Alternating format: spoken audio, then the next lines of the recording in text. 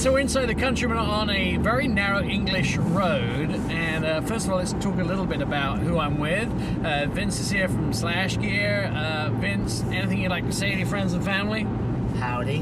Greetings from the backcountry of Prepare to turn left. London? The backcountry. No, we're in Oxfordshire. Oxfordshire. Pheasant, sorry. had to break for a pheasant, didn't want to kill it. Yes, very important. Little country roads where there's turnouts here, so a little bit of an exciting drive on a frosty morning. Beautiful English countryside. So, brand new Countryman for 2016. There will be 2017 versions of this car. 200 yards. The 17 versions of this car will be the plug-in hybrid version and the John Cooper Works. They will be 17s. But the 16s are the regular Countryman, and it's all new from the ground up, the largest Mini they've ever made.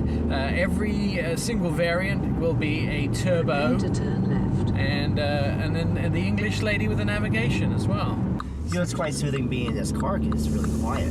But very obviously a brand new Countryman that's completely different from anything they've produced before, and highly exciting as well. It's, even though this is an SUV, really a CUV, Yes. it's a CUV of minis, it still has quite dynamic handling.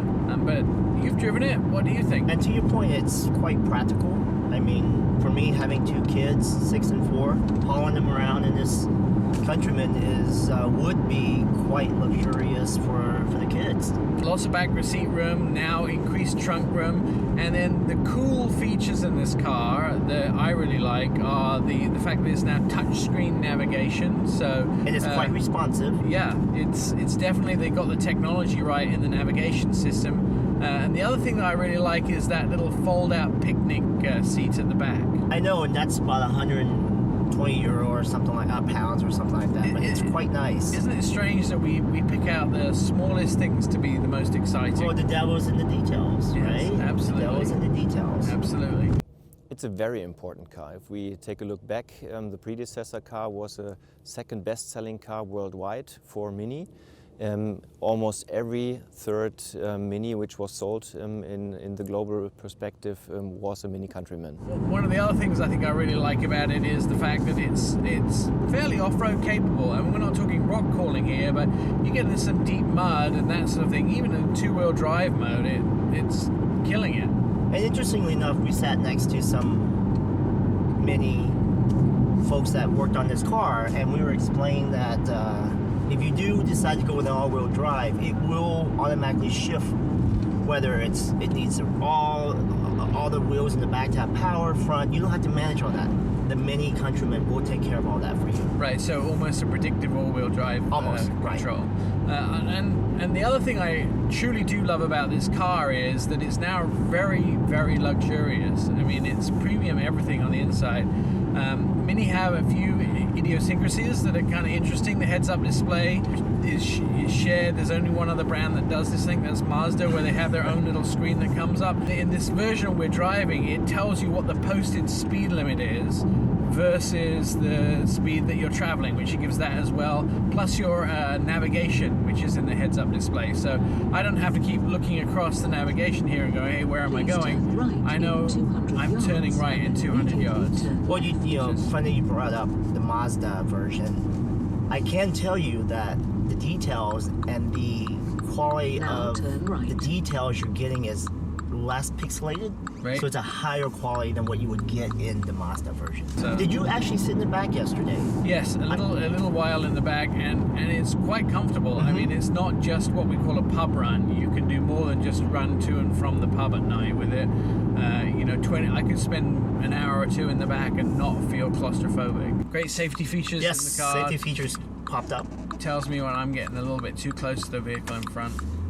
I'm all about semi-autonomous driving. I mean, this doesn't obviously have lane keep assist, but when we were stuck in traffic yesterday, I popped on the cruise control and it start-stop on its own. Made the drive a whole lot more comfortable for me. And if you decide to do the plug-in hybrid down the road later this year, it does share the same platform, in fact, the exact platform as BMW Right. plug-in hybrid. So Right. you're getting the core BMW technology.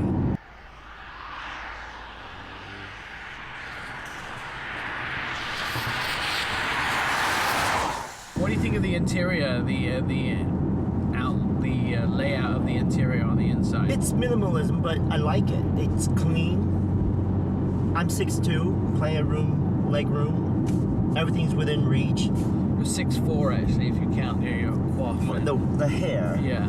No, but it's a great driver passenger car. You and I don't have to fight over controls. Right. And as a driver, if you don't like the touch display, you have the option to use the knob as well, and there's a touch pad on top of that, and you can pinch to zoom. But yes, very well laid out, premium quality interior material. Handling wise, this car is actually really excellent. It's not quite the go-kart handling that we would like, but we were explained to yesterday that you can't overcome physics. Right.